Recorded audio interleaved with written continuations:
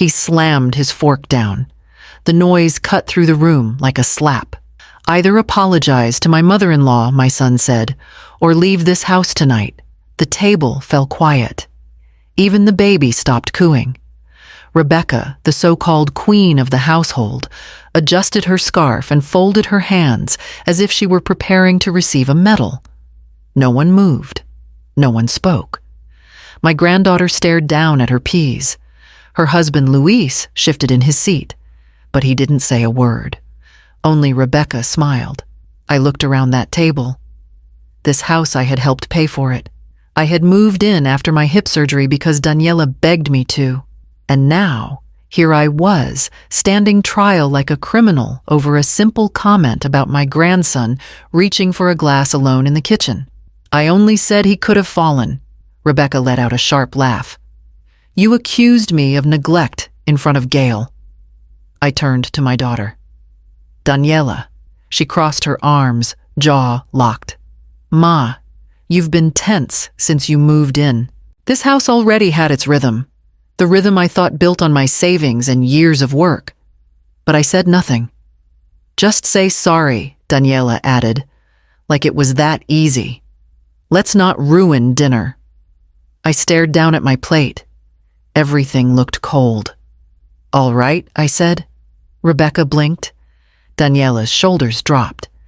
They thought I meant it, but I didn't say it to surrender. I said it because something shifted inside me the moment my son opened his mouth and chose a stranger over me. A woman who hadn't changed his diapers, a woman who hadn't signed her name to the deed so they could get their mortgage approved. They didn't hear the real word behind mine. Not, "All right, I'll apologize." Just, "All right." I pushed back my chair, stood up slowly. The metal of my cane tapped once on the tile floor. No one helped me. No one stood. I walked down the hall without a word. Behind me, the sound of laughter resumed. Someone uncorked wine. It was as if I had never existed. In the room, I closed the door, sat on the bed, and waited for the burn in my throat to settle. I didn't cry. I opened the bottom drawer of the dresser. The envelope was still there, yellowed, but sealed tight. Inside, copies of every deposit, every agreement, every proof of the help I had given them. Things they had chosen to forget, but I hadn't. That night, while they all celebrated, I folded clothes into my suitcase. One by one, I moved slowly, not because of my hip, but because I remembered the days I picked those clothes out with Daniela, the gifts I'd wrapped for her, the blanket Gail had thrown up on when he was sick, and I had cleaned it without a word. I reached for the envelope. My name was written on the front. Not Mom, not Grandma. Just Ione. I slipped it into the suitcase with my folded shirts. In the morning, I'd leave quietly. But not empty-handed. Not powerless. Not anymore. I zipped the suitcase. Not fast. Not slow. Just final. The sound sliced through the silence like a warning. My hands moved on their own shirt socks. Sweater all folded with care. I smoothed the edges. Closed each button. It wasn't about packing anymore. It was about remembering what still belonged to me. A faint knock. Small knuckles. Then his voice. Grandma Gail. My chest tightened. I didn't speak. If I did, I might change my mind. And I couldn't afford that now. I stayed still. "Are you mad?" he asked. The doorknob turned gently, then stopped. He didn't push. "I'm not mad, Gail," I said, just loud enough for him to hear. "I'm tired." The sound of retreating footsteps pulled something out of me, something I hadn't let surface in years. A cracked breath, a quiet ache. It passed. I placed the envelope under my arm, walked to the dresser, pulled the last item from the top drawer, an old photo in a cracked frame. Daniela at 9, missing front teeth, holding a teddy bear I bought from a pharmacy shift's overtime pay. I hesitated, then set it back down. She could keep the memory. The hallway outside was muffled. A laugh, a clink of glass, Rebecca's voice syrupy and smug. No one came to stop me. Not Daniela, not Luis, not my son. I had been erased long before I zipped that bag. I took one last look at the room. The pale curtains I washed last week, the soap I bought, the extra blanket folded at the end of the bed. All mine. All foreign now. I opened the door. The scent of someone else's dinner filled the hallway. My cane clicked softly on the floor. Luis passed me near the kitchen and said nothing. Rebecca glanced over the rim of her glass. Daniela didn't even look up. I walked to the guest room formerly mine and placed the envelope on the bed. I set it down, spine up angled toward the door. It would be the first thing they saw. Not a goodbye. A fact. I left my key next to it. One clink. No note. Let them wonder. The front door opened easily. No one followed. No one called out. The porch light flickered behind me. I didn't turn back. By the time I reached the end of the driveway, the night had settled like a blanket across my shoulders. I kept walking. Taxi already waiting. The driver stepped out and opened the door. He didn't ask questions. I gave him the address of a hotel I'd booked that morning. He nodded. Drove. In the rearview mirror, my reflection stared back. A woman, not broken, not bitter. Just clear. I leaned my head against the window. Didn't cry. Didn't speak. Didn't look back. I opened the drawer and found her slippers. Not mine. Not by mistake. Claudine's fuzzy bright with a ridiculous embroidered C. She'd claimed my drawer. A week before the argument, I noticed my lotion was gone, replaced by her glass perfume bottle and a small hairbrush I didn't recognize. I'd said nothing. I thought maybe she was confused. But then came the coffee mug. My mug. Plain ceramic, worn around the rim. It always sat on the second shelf right by the chipped plate I refused to throw out. I opened the cupboard one morning, and it was gone. In its place, 3 floral mugs identical, all new. Hers. I checked the dishwasher. Nothing. Checked the trash. Empty. When I asked Daniela, she shrugged. We cleaned out old stuff. You never said you were attached to it. I stared at her, waiting for her to catch herself. She didn't. I let it go. Walked to the sink. Ran my hands under cold water until they stopped shaking. Daniel stopped asking for my input around the same time. He used to knock on my door, lean against the frame, ask what I thought about switching Gail's school, about refinancing, about dinner plans. He'd smile, joke, pour me coffee. Then he stopped knocking. I'd hear their discussions through the walls, his voice low, hers cutting through. He stopped asking. Stopped listening. Stopped seeing me. One night, Claudine walked in while I was folding laundry and looked around like she was evaluating a motel room. Daniela says the extra dresser will go better in here, she said. My dresser? I didn't argue. Just kept folding Gail's socks. My bones ached from the day's physical therapy, but I stayed quiet. No one offered help. Later that night, I found my knitting basket shoved behind the vacuum in the hall closet. That space used to be mine. I used to read there by the window.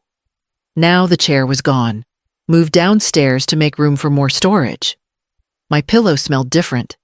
The fabric softener had changed. I didn't say a word. I held on to small rituals. Warm water in the morning. One hard candy in the afternoon. The same sweater over my shoulders even when it wasn't cold. They became my anchors. But the anchors didn't stop the drift. Each day, my footprint in the house shrank. One morning, I found a plastic bin outside my door with a post-it, "Your things." I sat on the edge of the bed and stared at it. Inside my calendar, a sweater, some old bills, and a framed photo of Daniel as a child. The frame was cracked. They'd packed me up without telling me, without asking, without hesitation. I carried the bin inside, closed the door, took a breath. That's when I started setting aside papers. Quietly, methodically. Old documents, letters, bank printouts. Not much, but enough to remind me where I stood on paper, if nowhere else. The bin stayed under my bed untouched until the night they gave me the ultimatum. And when I left, I took only what mattered.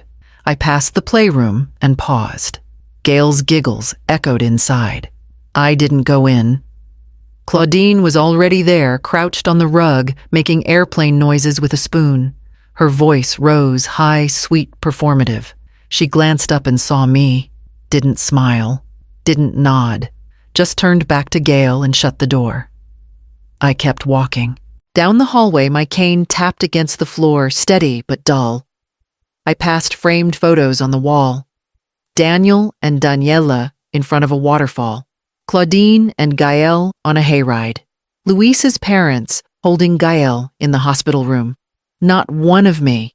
Not even the one I gave them the black and white photo from when Daniel was born. I found it weeks ago tucked behind a pile of mail near the trash. I kept moving. In the laundry room, I reached for a towel, started folding. Claudine swooped in from behind. "We roll them now," she said, smiling tightly, more spa-like. She took it from my hands, redid it. Too fast, too clean, as if I had smeared something. I stepped back. Let her. In the kitchen, I tried to cook rice. My way. I measured. Rinsed, waited. She appeared over my shoulder again. "Oh, we use the rice cooker now," she said. "It always comes out better." She dumped mine. Started over. Later, when I locked the front door once, twice, the way I always had, she watched me from the stairs. "Only one turn is enough," she said. "You're wearing it down." Daniel stood behind her. He didn't say anything. Didn't laugh, didn't defend, didn't walk toward me. Just stood there. I nodded. Let the silence close back in. Everything about that house had rules now. Unspoken, tight, sharp, around the edges. I didn't speak unless I was asked. I didn't eat unless it was offered. I didn't touch anything that might be hers. I shrank to a corner of a room I once helped pay for. Once I left a plate in the sink after breakfast. I came back 20 minutes later. It was gone. Washed. Dried. Left upside down on the counter like a warning. I started washing my dishes in the bathroom sink. Some days I didn't come out of the guest room until late. Some nights I stayed up long after they slept, folding the same sweater over and over, not because it needed folding, just because I needed something to do that wouldn't be corrected. Daniel started calling me Mom, less and her more. She was in the way. She forgot. She doesn't need to come. As if I'd stopped being a person and turned into a problem. Once Gail tried to sit in my lap with a picture book. Claudine snatched him up like I was contagious. "You need to go brush your teeth," she chirped. "Grandma's tired." I didn't speak. Didn't move. Just watched them walk off like I was made of fog. A week later, she replaced the guest room lamp with her own. Said the color clashed with the new curtains. I stood in the middle of the room that night. No light. No voice. No weight. Just me. And the folder under my bed. I yanked open the cabinet. The drawer groaned like it hadn't been touched in years. Dust shifted. The metal clinked. I pulled folders loose, flipping through crumpled bills, tax copies, faded receipts. Then I saw it. A stack of documents clipped together, dated, stamped. Notarized. My name signed hard in blue ink. Mortgage assistance. Proof of my co-signature. Bank statements showing the down payment mine. I ran my finger down the transaction history. My pension deposits. The transfers I made during Daniel's layoff. Grocery reimbursements. $2,000 here. $1,500 there. Quiet amounts that built a house brick by brick. None of them ever paid back. I kept digging. A printed email from when Claudine said she'd handle the paperwork. Attached were scanned versions of forms she insisted I sign because Daniel was too busy. I flipped it over. On the back, in my own handwriting, a phone number. Howard G. Santa Fe. I stared at it. Not recent, but I remembered the name. A notary friend of someone I worked with at the clinic. The one who helped me revise my will quietly 5 years ago. Before Claudine and Daniel moved me in. Before they started making me invisible. I picked up the phone, then set it down. Not yet. I closed the drawer slowly, careful not to disturb the air. There it was, tangible, dated, undeniable. I didn't cry.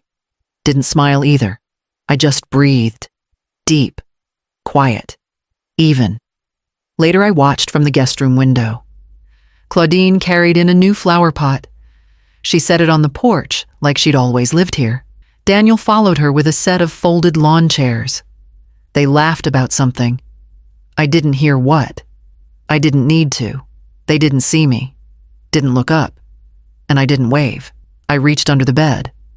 Pulled out the old red folder. Slid the stack of documents inside. Pressed it closed with both hands. It didn't take force. It just took memory. The truth wasn't dramatic. It was ordinary, documented, quiet. It sat there growing heavier with every page. I locked the folder inside my suitcase. And for the first time in weeks, I slept through the night. I stepped off the bus and walked 2 blocks to the bookstore. The bell above the door jingled. The place hadn't changed. Still smelled like paper pine cleaner and burnt coffee. Mr. Greer sat behind the counter reading with his glasses low on his nose. He looked up. "Took you long enough." I smiled. "Still cranky." "Still stubborn?" he muttered, standing slowly. "Come on. Let's go to the back." We wove through stacks of old novels and mismatched chairs. He flipped the closed sign without asking. In the back room, 2 mugs waited. One chipped, one stained, both still warm. "I thought you might come," he said. I opened the folder. He didn't touch it. Just looked. "I remember this," he said after a while. "Every signature. You backed the loan. You paid closing fees. They asked for extensions. You were the only reason the deal went through." I nodded. He took a sip of his coffee. "You kept receipts." I pushed more papers across the table. Everything. Transfers. Notes. A few things they don't know I still have. He flipped through them. Stopped. "You signed this one under pressure?" "Yes." "Claudine?" "She said it was temporary." Daniel didn't look me in the eye. He grunted. "That tracks." We sat in silence for a minute. The only sound came from the heater kicking in. It rattled like it always did. "They want you out," he said. "They think they've already won." He nodded slowly, tapping the folder. "But this says different." I watched his fingers move across the page like a piano. Deliberate. "Exact." "You want me to act?" he asked. "No," I said. "Not yet." He leaned back. "Then why now?" I paused. "I need someone who remembers." His eyes softened. "I do." We finished the coffee in silence. He handed me back the folder.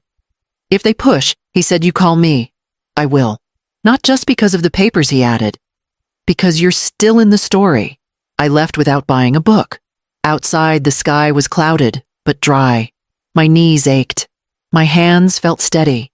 I walked the same way, back past the grocery store where I once brought Daniel after school, past the clinic where I worked overtime shifts. Places that had seen me when I was still visible. At the corner, I turned and saw a mother walking with her boy. He carried her bag. She held his shoulder. No one was shouting. No one was pretending. I turned away and kept walking. Back at the house, Claudine was in the kitchen arranging flowers in a vase that used to sit in my room. I walked past her without a word. She didn't look up, just kept humming. Upstairs, I opened the suitcase and placed the folder gently inside. Right on top. The zipper slid shut without resistance. My hands didn't shake. Daniel's voice called from downstairs. Dinner would be late. Claudine had ordered out. I didn't answer. I sat down on the bed and unwrapped the biscuit Mr. Greer had tucked into a napkin for me. I took one bite. Then I opened the second drawer and pulled out the envelope with the updated contact sheet.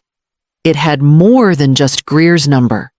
It had the notaries, the woman from the pension board, the financial officer who handled my early withdrawal penalty. I added one more name to the list. Then I folded it closed and pressed it flat. She moved the bookshelf. just dragged it across the living room like it belonged to her. The scraping echoed through the floor. I stood in the hallway, listening. Claudine's voice followed, breezy, loud, proud. This opens up the space better. No one asked her to move anything. No one stopped her. The next day, a new rug arrived. Bright, loud pattern. She unrolled it over the one I had chosen years ago, the one I brought from my old house. She didn't ask, didn't glance my way. Just pressed it down with her flats and said, "Much better, don't you think?" She started saying, "Our house. Let's make our house cozier. I want our entryway to look cleaner." Daniel didn't blink. He just shrugged and said, "It's just temporary, Mom." Temporary. Like my presence. Like my name on the title. Like I wasn't the reason they'd qualified for the mortgage in the first place. She hosted a dinner party that week. Her co-workers, her mother, a neighbor or two. I was not asked to cook. I was not introduced. I passed through the kitchen quietly while she poured wine into the glasses I had bought and set out food on the plates I had packed when I moved in. When I reached for one to eat later, I found only crumbs. Gail came to me crying 2 days later. She had scolded him harshly for spilling milk, called it disrespectful. He was 5.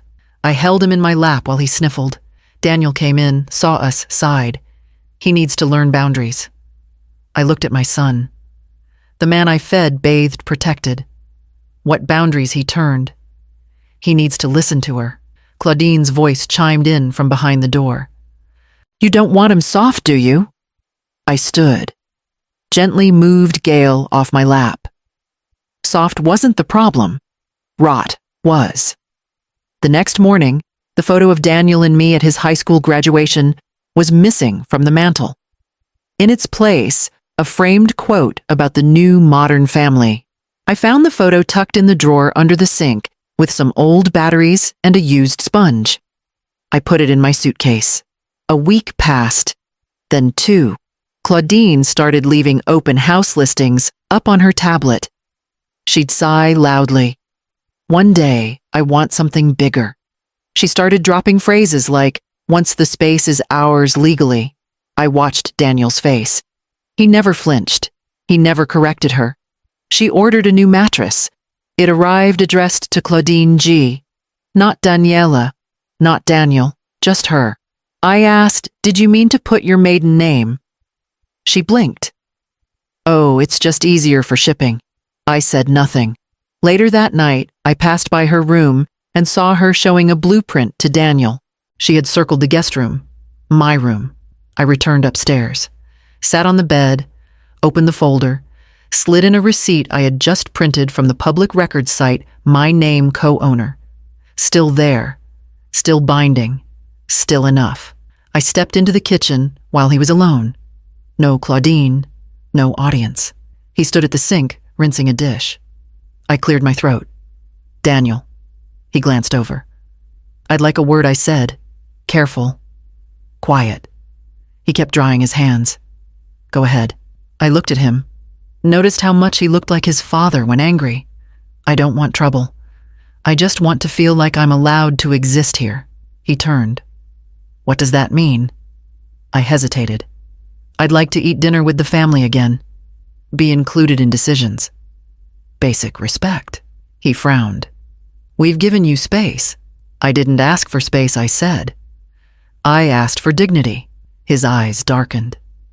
"You're starting things again." "I'm asking for less correction. Less erasure." He dropped the towel on the counter. "Claudine's doing her best." "You're just resentful. You never liked her. That's not the point." He stepped closer. "You think I don't see what you're doing? Planting doubt. Making Gail question things. Watching us like we're enemies." My chest tightened. "I want peace." "Then stop stirring things," he snapped. "This is our home now. We let you stay. Respect our rules." The words hung heavy. Let you stay. Like a favor. Like I hadn't paid the mortgage during his layoffs. Like I hadn't co-signed when the bank said no. I looked at him. My boy. My son. He stared back like I was a guest who'd overstayed her welcome. I stepped back, nodded once. Left the kitchen. Upstairs, I closed the door and stood still. My hands gripped the edge of the dresser. My back burned. My heart didn't break. It adjusted. I sat down, opened the drawer, and took out the printed property records again. This time, I laid them flat on the bed, smoothed the corners, made sure every line was visible. The title deed, my name, the signature dates, the notarized transfer, the clause they forgot I kept. And then I reached for the envelope tucked into the Book of Psalms. Inside, an unsigned draft from 3 years ago. A quiet amendment Daniel had wanted, to move my portion of the house solely into his name. I had never signed. He'd assumed I would. I never did. And now I never would. I pulled out the receipts, spread them across the table. Coffee-stained, curled at the edges, but legible. Dates matched the years Daniel begged me for help when they couldn't pay the mortgage, when Claudine was out of work, when the daycare bills swallowed their account whole. I stacked them in piles: housing, utilities, groceries, childcare. I opened my laptop and clicked into the email Mr. Greer sent an hour earlier. A draft of the formal notice. The legal language was cold, precise, and exactly what I needed. "Let me know when you're ready," he wrote beneath the closing lines. I wasn't ready yet. Not until every page matched a memory I hadn't dared relive. I opened the hallway drawer, the one nobody touched. Under old manuals and keys to forgotten locks, I found it. A yellow envelope, thick, tightly sealed. My handwriting faded and slanted. Property transfer refinance terms signed. I tore it open slowly. The paper inside was heavier than I remembered. Legal stock. The notary stamp from 5 years ago. My name printed clean and bold across the line, marked guarantor. The paragraph beneath confirmed the rest. I hadn't just supported Daniel through words. I had legally enabled the last refinance that let them keep this house. I'd forgotten I signed this. They hadn't. They'd just hoped I had. I pulled the voice recorder out next. A gift from an old coworker who thought I'd enjoyed documenting family recipes. I'd used it instead to capture Claudine's voice through the vents, her tone when she thought I couldn't hear, her commands, her jabs, her ownership. This house never felt like hers anyway, she'd once said, laughing to a guest. She should be grateful we took her in. I saved the file and labeled it clearly. I gathered the property tax notices from the bottom drawer. Half of them still had my account number on file. Every contribution had been documented. Every check signed. I hadn't done it for thanks, but the silence after all these years made it feel like theft. I opened a new folder and started inserting page by page. Proof of payment, copies of transfers, scans of bank slips, photos of the original sale with me on the porch, holding the keys, while Daniel and his wife beamed beside me. I stared at that image. I looked so certain, as if love guaranteed permanence. The door creaked outside. Claudine's voice floated in from the hallway. "Just leave her alone. She's old. She'll tire out." I closed the folder, snapped it shut. Labeled it in pen I own, full documentation. The air shifted, not because I was angry, but because I finally had direction. And this time, the storm would have my name on it. I woke before the sun, dressed, packed the folder, locked the suitcase, took the early bus into town. No one noticed. No one asked. I walked into the county records office when the doors opened. Fluorescent lights. Dusty chairs.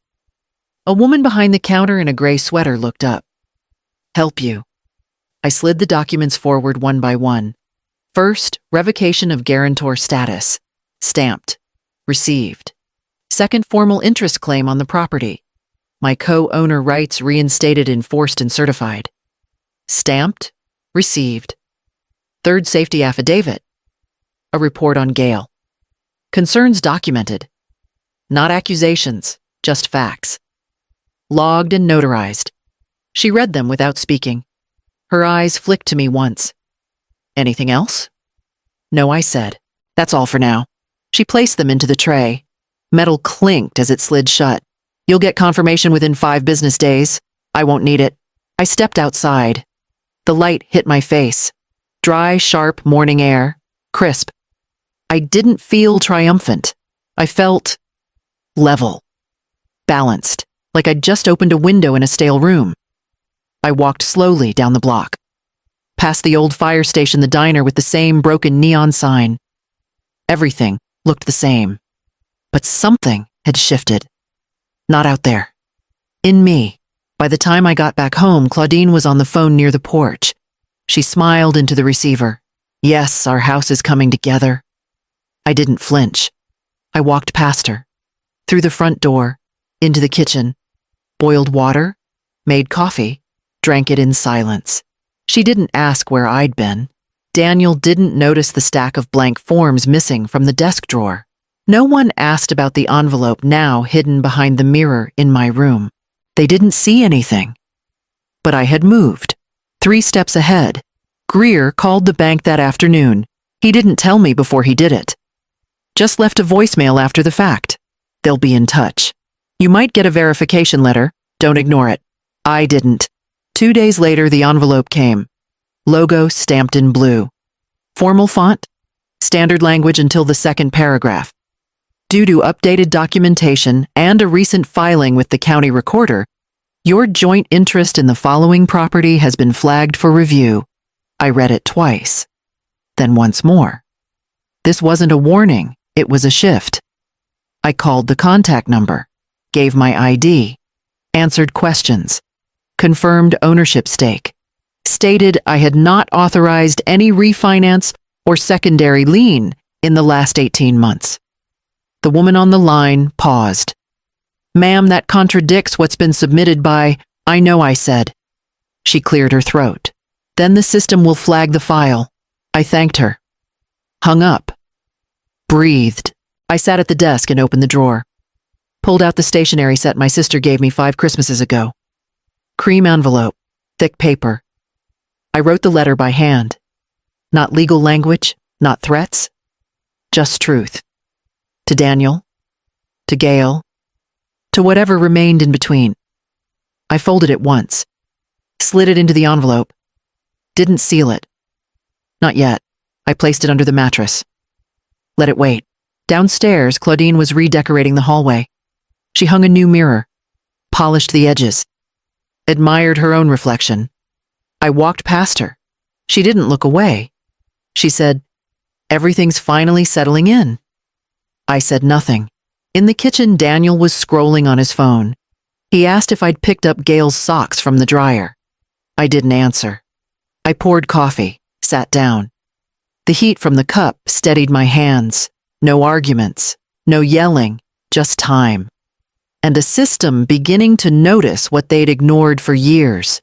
Daniel knocked once, then opened my door without waiting. "We're having a few people over Saturday," he said. "Just a small thing." I looked up from my reading. Is this a warning or an invitation? He smiled.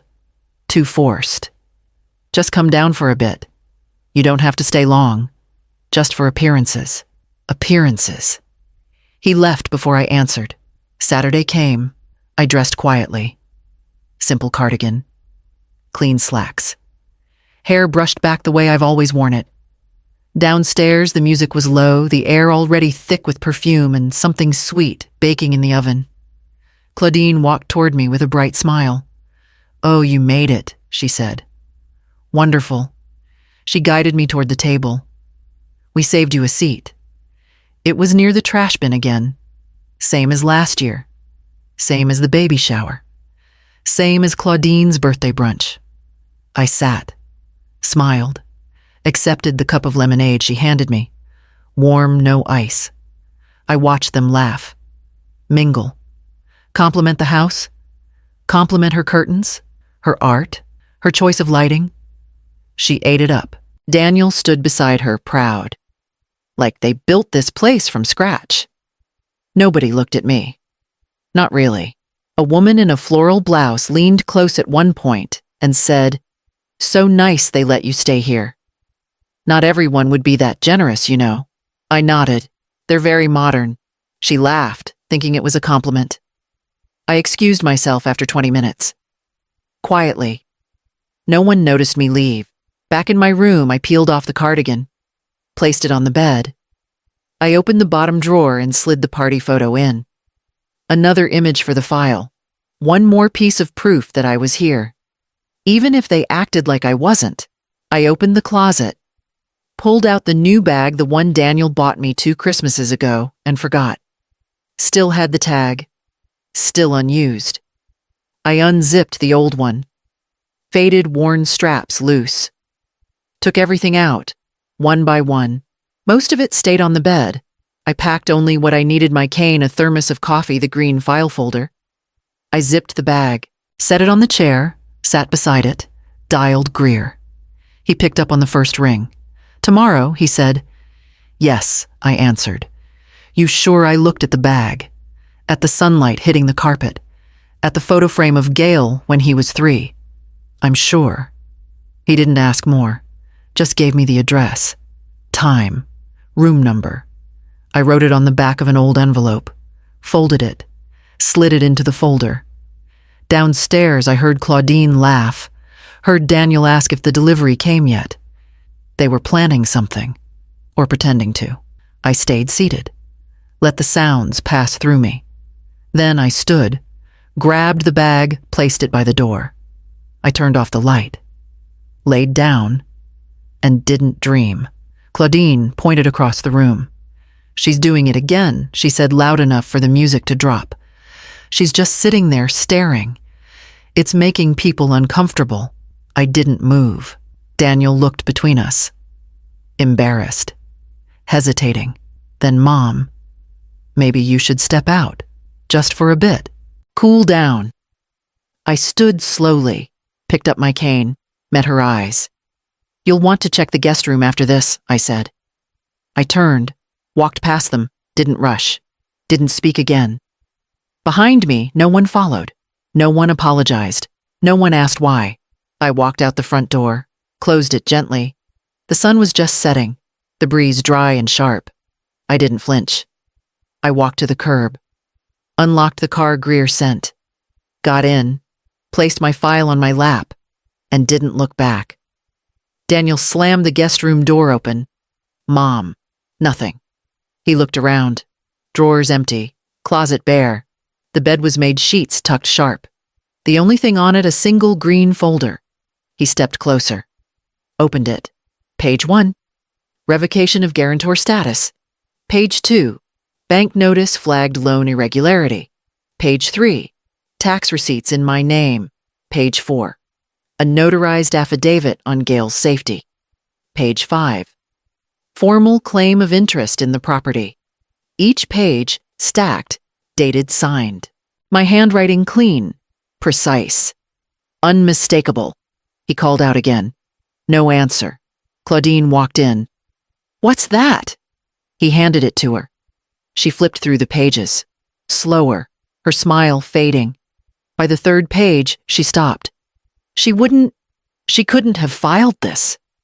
Then the front door opened fast. A man in a suit rushed in holding his phone. "Where is she?" he asked. "Please tell me she didn't file this already." No one answered. He saw the folder, grabbed it, flipped fast. His face dropped. She filed everything, and the review's been triggered. Claudine looked at Daniel. Daniel looked down.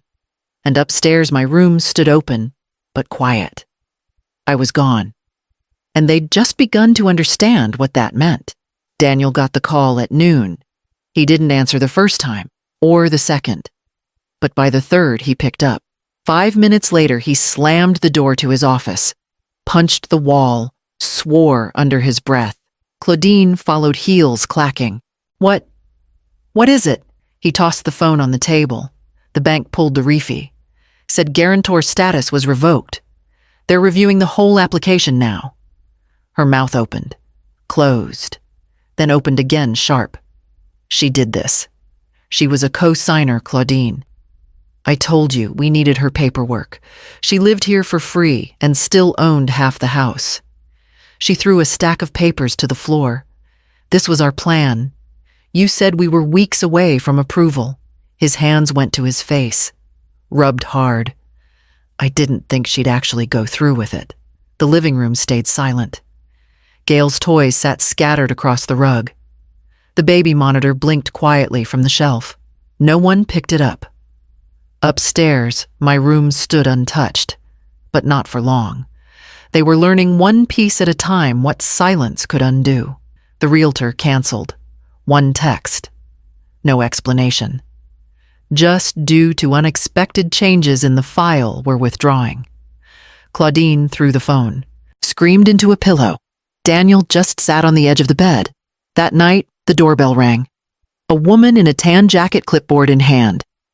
Badge clipped to her belt. Department of Child Services, she said. Daniel's face went gray. Claudine's mouth moved, but no sound came out. The woman was polite, professional, calm. We received an affidavit from a co-resident and a flagged note from the county. She asked to see Gail, asked about routines, care schooling, then asked to review camera footage just to clarify timeline. The neighbor across the street had already shared a clip. A screaming match in the driveway. Claudine jerking Gail by the arm. She was tired, Daniel said quickly. He ran into the street. The woman raised her hand. We're not assigning blame yet. We're just observing. She took notes. Asked for documents. Asked if the other resident, Ms. Ione, was available for follow-up. She doesn't live here anymore. Claudine said, too fast. The woman nodded. Wrote that down too. The visit ended 20 minutes later. Daniel closed the door behind her, then turned. Looked at Claudine for the first time all day. She didn't say anything. Neither did he. The phone buzzed once, then again, then again. I didn't move. I turned the screen face down on the armrest. The call went to voicemail.